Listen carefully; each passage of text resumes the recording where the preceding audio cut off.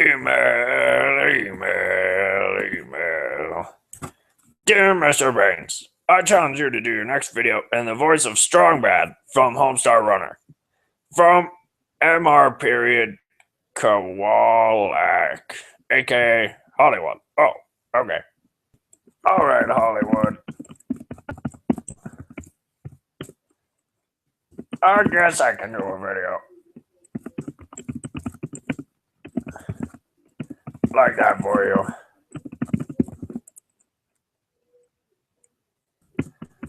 Challenge accepted. Let's do it. Alright, so we're gonna do a video on proportions. Yeah. Alright, so proportions, added to your table of contents. Yeah. Pause it. Okay. So, there's some pretty sweet learning objectives here. You need to be able to write proportional ratios. You need to know the word proportion or proportional. They're pretty much like the same word, but they're not. Alright, so a proportion is an equation that states that two ratios are equivalent.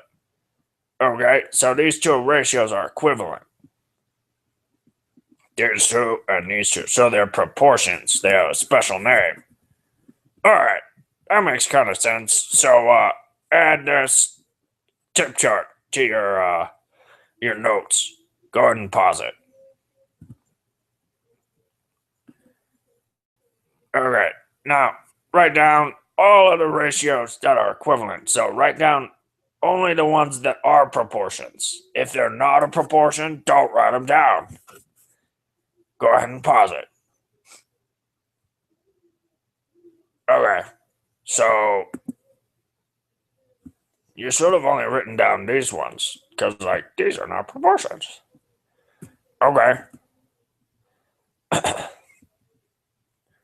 There's a couple ways to find if they are a proportion. So, if the top number is multiplied by 3, you gotta multiply the bottom number by 3. Okay?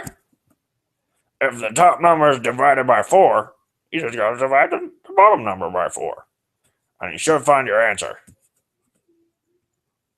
So, do that and solve this proportion. Go ahead and pause it. Okay, pretty easy. It's just 20. 8/20. Alright, tough guy, you think you're so smart. How about do this one? Pause it. Yep, okay. So, pretty easy. Oh, that's a 36, but that's still right. 1636. Alright, pretty nice. That's pretty nice. Okay, if you think it's still so tough, how about doing this one? Okay. Oh, alright, so it's just 4. So you got a 20 divided by 5 equals 4. Okay, that makes sense. Alright, the other way to solve proportions is see if the cross products are equal. So 5 times 12 is 60, and 2 times 30 is also 60. So you should get the same number. Okay, so here are some examples. 4 times x equals 5 times 12. 60, so x has to be 15. 7 times 48 equals 8 times x. So 8x equals 336, so x has to equal 42. Okay, try and solve it using this new method called cross products. Go ahead and pause it. Alright, let's find out. Okay, so 9 times 17 is 51. Or, no, is 153, which equals 51x. So x has to equal 3. Okay, that makes sense to me.